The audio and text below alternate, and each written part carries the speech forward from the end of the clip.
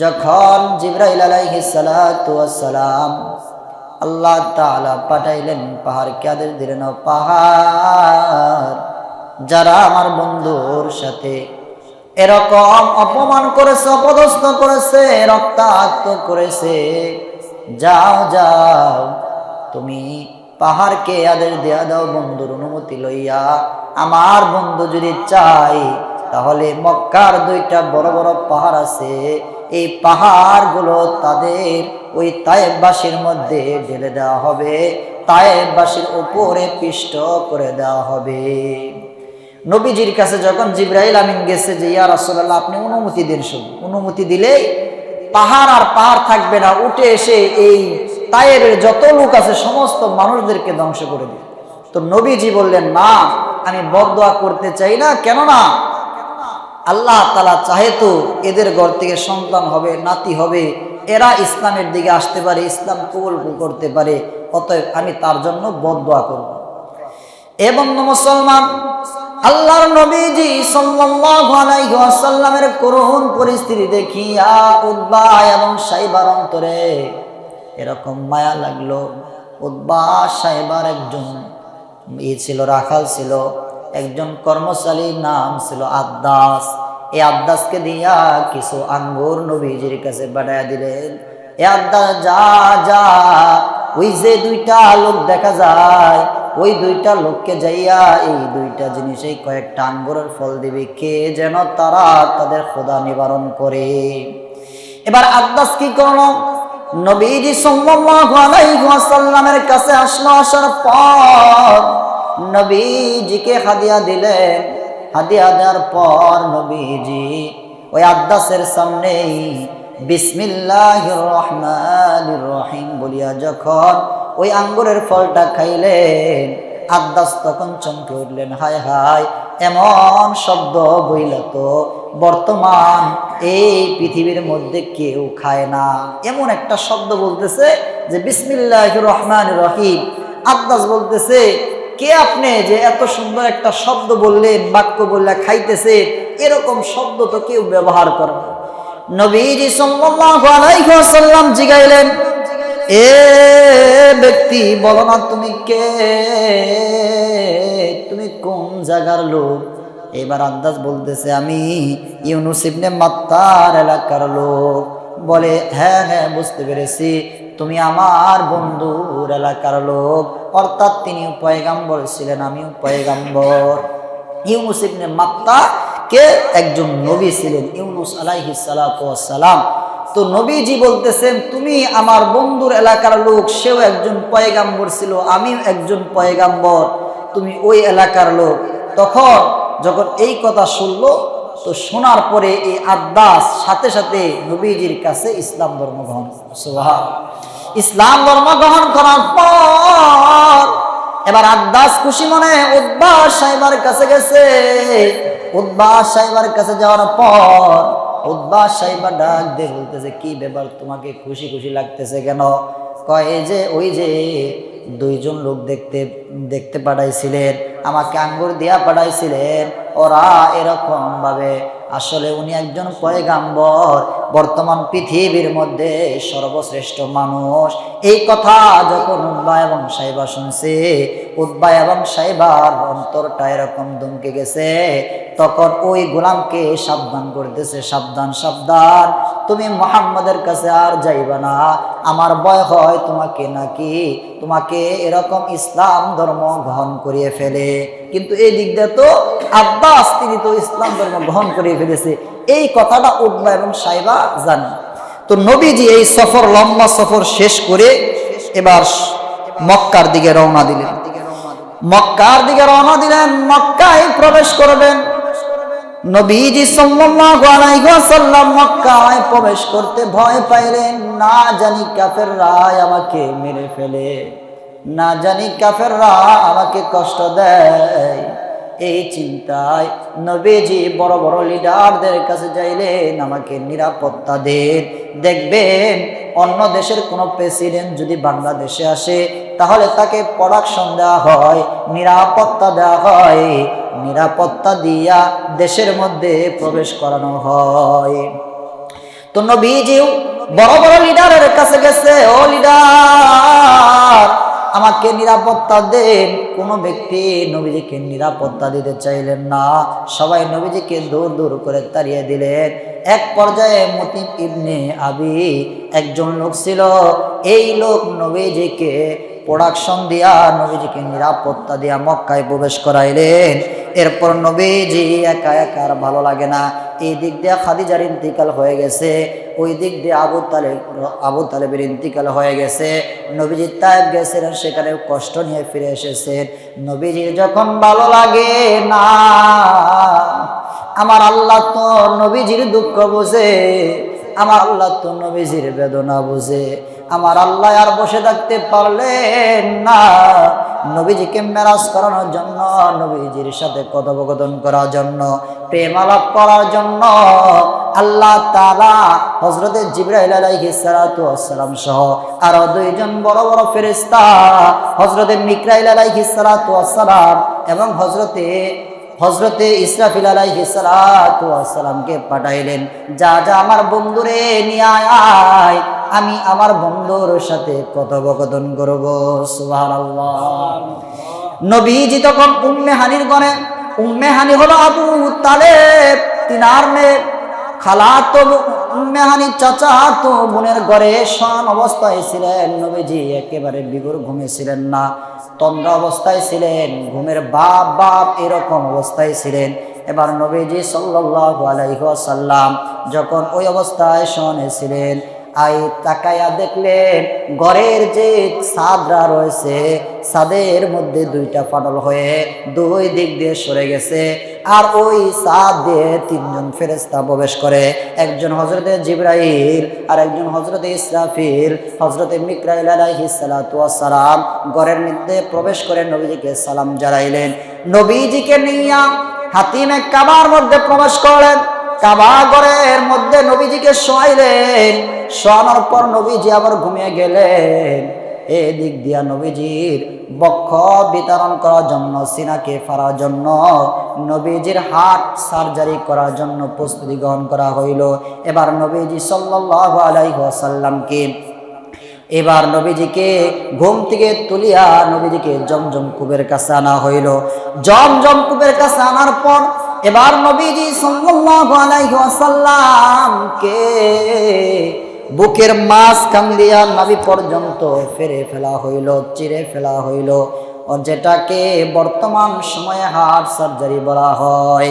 নবীজির heart surgery করার জন্য এবার যখন বুকটা মাঝখান থেকে ফেরে ফেলা হইল, ফেরে ফেলার পর ভিতর থেকে কলব নামক বস্তুটাকে বের করা হইল, এটাকে জমজম পানি দেওয়া হইল। দোয়ার পর একটা স্বর্ণের পাত্র আনা হইল, সেই জায়গার থেকে আল্লাহ তাআলা এবার ওই জায়গায় রাখার পর ফেরেশতাদেরকে অনুমতি দিলেন, যেই জায়গায় হাতটা ছিল সেই জায়গার মধ্যে স্থাপন করে দাও। এবার নবীজির ওই কলবটা, অন্তরটা আবার ভিতরে ঢুকিয়ে নবীজির সিনাকে সেলাই করে দেওয়া হইল। সুবহানাল্লাহ। এবার নবীজি ওখানে দাঁড়িয়ে আছেন।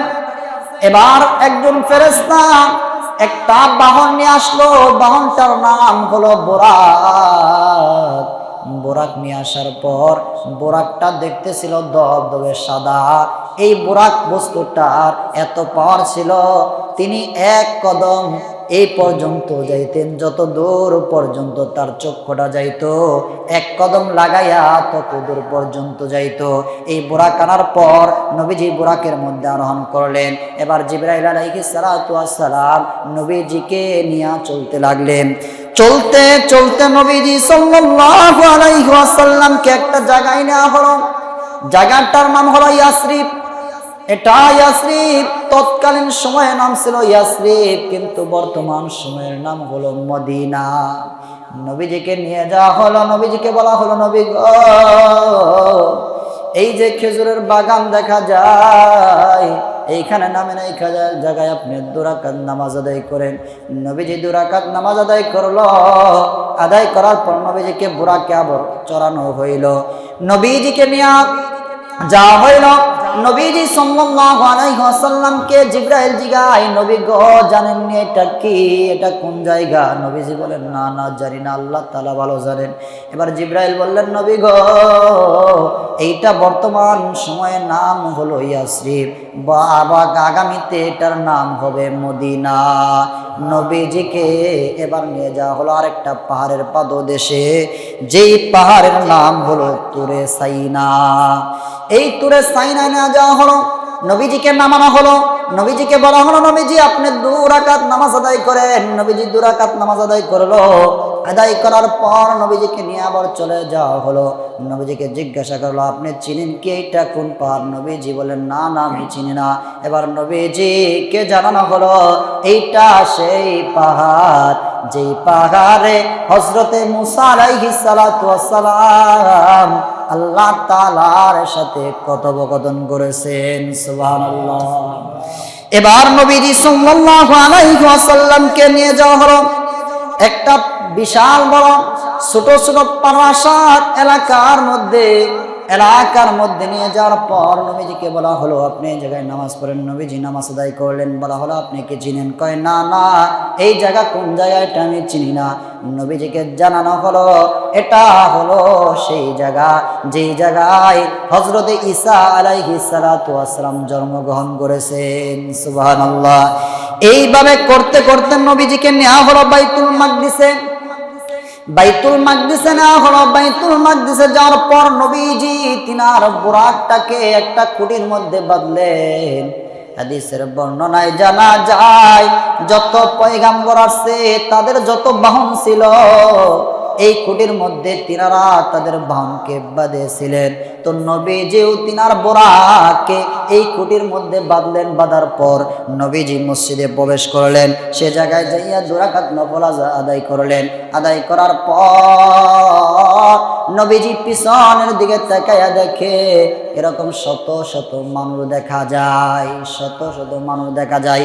ইতিমধ্যে মসজিদের মধ্যে আজান দিয়ে দেওয়া হলো। আজানের পরপরই ইকামত দিয়ে দেওয়া হলো। আমরা সকলে কাতারবদ্ধ হয়ে দাঁড়িয়ে গেলাম। কাতারবদ্ধ দাঁড়িয়ে গেলাম, ইমামের জন্য অপেক্ষা করলাম। হাদিসের মধ্যে পাওয়া যায়, আল্লাহ তাআলা নবীজির এত সম্মান মর্যাদা রাখছে। আল্লাহ তাআলা নবীজি সাল্লাল্লাহু আলাইহি ওয়াসাল্লামকে এত ভালোবাসেন, সমস্ত নবীদেরকে পিছনে রাখিয়া জিবরাইল নবীজির হাতটা মুবারক ধরিয়া সামনের দিকে যখন আগায়া দিলেন, বললেন, আজকের নামাজের ইমামতি আপনি ছাড়া আর কেউ করার মতো নাই। সুবহানাল্লাহ। নবীজি নামাজ পড়াইলেন। নামাজ পড়ানোর পর নবীজিকে বলা হলো, নবী গো জানেননি এরা কারা? নবীজি বললেন না না জানি না। নবীজিকে জানানো হলো, নবী গো এরা হলো সে আদম আলাইহিস সালাতু ওয়াস সালাম থেকে নিয়ে ঈসা পয়গাম্বর পর্যন্ত যত নবী রাসূল ছিল, সমস্ত রাসূল নবীদেরকে এখানে আমন্ত্রণ করা হয়েছে আপনি আসা উপলক্ষে। সুবহানাল্লাহ। এবার নবীজি সাল্লাল্লাহু আলাইহি ওয়াসাল্লামের সামনে 2টা জিনিস আনা হলো। এক হাদিসের বর্ণনায় পাওয়া যায়, নবীজির সামনে দুধ এবং মধু আনা হলো। আরেক হাদিসের বর্ণনায় পাওয়া যায়, নবীজির সামনে দুধ এবং মদ আনা হইল। নবীজিকে বলা হলো, আপনি কোনটা গ্রহণ করবেন? নবীজি সাল্লাল্লাহু আলাইহি ওয়াসাল্লাম তখন দুধকে গ্রহণ করলেন। সুবহানাল্লাহ। এবার নবীজি সাল্লাল্লাহু আলাইহি ওয়াসাল্লামকে নিয়ে যাওয়া হলো উপরের দিকে, আসমানের দিকে। আসমানের দিকে নিতে নিতে প্রথম আসমানের একটা গেট আছে, দরজা আছে। দরজা পর্যন্ত নিয়ে যাওয়া হলো। জিবরাইল আলাইহিস সালাতু ওয়াস সালাম গেটের দরজার দারোয়ান যে ছিল, দারোয়ানকে সালাম দিল। সালাম দেওয়ার পর দারোয়ান জিগাইল, কে আপনি? বলে, আমি জিবরাইল। বলে, আপনার সাথে কে? বলে, নবী মুহাম্মদুর রাসূলুল্লাহ সাল্লাল্লাহু আলাইহি ওয়াসাল্লাম। নবীজিকে যখন জানানো হইল যে আমার সাথে নবীজি আসছে, নবীজি পয়গম্বর আসছে, এবার জিবরাইল আলাইহিস সালাতু ওয়াস সালাম যখন ওই ফেরেশতাকে জানাইলেন, ওই ফেরেশতা তখন আসমানের দরজা খুলিয়া দেয়। প্রথম আসমানের দরজা দিয়া নবীজি হযরতে জিবরাইল আলাইহিস সালাতু ওয়াস সালাম সহ ঢুকে যায়। ঢোকার পর সেই আসমানে হযরতে আদম আলাইহিস সালাতু ওয়াস সালামের সাথে সাক্ষাৎ হয়। লম্বা ঘটনা। আদম আলাইহিস সালাতু ওয়াস সালামের সাথে সাক্ষাৎ কথোপকথন হয়। কথোপকথন হওয়ার সময় নবীজি তাকায়া দেখলেন আদম পয়গম্বর বসা। ডান দিকে কিছু মানুষ দেখা যায়, বাম দিকে কিছু মানুষ দেখা যায়, চেহারার আকৃতি দেখা যায়। ডান দিকে যখন আদম পয়গম্বর তাকায়, আদম পয়গম্বর যখন ডান দিকে তাকায় তখন মুস্কি মুস্কি আসে, আবার যখন বাম দিকে তাকায় তখন তিনি জোরে কান্না করে। নবীজি জিবরাইলকে বললেন, ও জিবরাইল, বুঝলাম না ডান দিকে তাকাইলে উনি কেন হাসে আর বাম দিকে তাকাইলে উনি কেন কান্না করে? জিবরাইল বললেন, ওগো পয়গম্বর, ডান দিকে যখন তাকাই তখন তিনার জান্নাতি সন্তানদেরকে দেখতে পাই, আর বাম দিকে যখন তাকাই তখন জাহান্নামী সন্তানদেরকে দেখতে পাই। ডান দিকে তাকাইলে জান্নাতি মানুষ দেখে এই জন্য হাসে, বাম দিকে তাকাইলে জাহান্নামী মানুষ দেখে এই জন্য তিনি কান্না করে। এবার নবীজি সাল্লাল্লাহু আলাইহি ওয়াসাল্লামকে নিয়ে যাওয়া হলো দ্বিতীয় আসমানে। দ্বিতীয় আসমানে দেখা হলো হযরত ঈসা আলাইহিস সালাতু ওয়াস সালাম হযরত ইয়াহইয়া আলাইহিস সালাতু ওয়াস সালামের সাথে। এরপরে নিয়ে যাওয়া হলো তৃতীয় আসমানে হযরত ইউসুফ আলাইহিস সালাতু ওয়াস সালামের সাথে সাক্ষাৎ হয়। এবার চতুর্থ আসমানে নিয়ে যাওয়া হলো, সেখানে হযরত ইদ্রিস আলাইহিস সালাতু ওয়াস সালামের সাথে সাক্ষাৎ হয়। এবার নিয়ে যাওয়া হলো পঞ্চম আসমানে, সেখানে সাক্ষাৎ হয় হযরত হারুন আলাইহিস সালাতু ওয়াস সালামের সাথে। এবার নিয়ে যাওয়া হলো ষষ্ঠ আসমানে, সেখানে মুসা আলাইহিস সালাতু ওয়াস সালামের সাথে সাক্ষাৎ হয়। এবার নিয়ে যাওয়া হলো সপ্তম আসমানে, সর্বশেষ আসমান, সেখানে হযরতে ইব্রাহিম আলাইহিস সালাতু ওয়াস সালামের সাথে সাক্ষাৎ হয়। এভাবে নবীজিকে নিয়ে যাওয়া হয় সপ্তম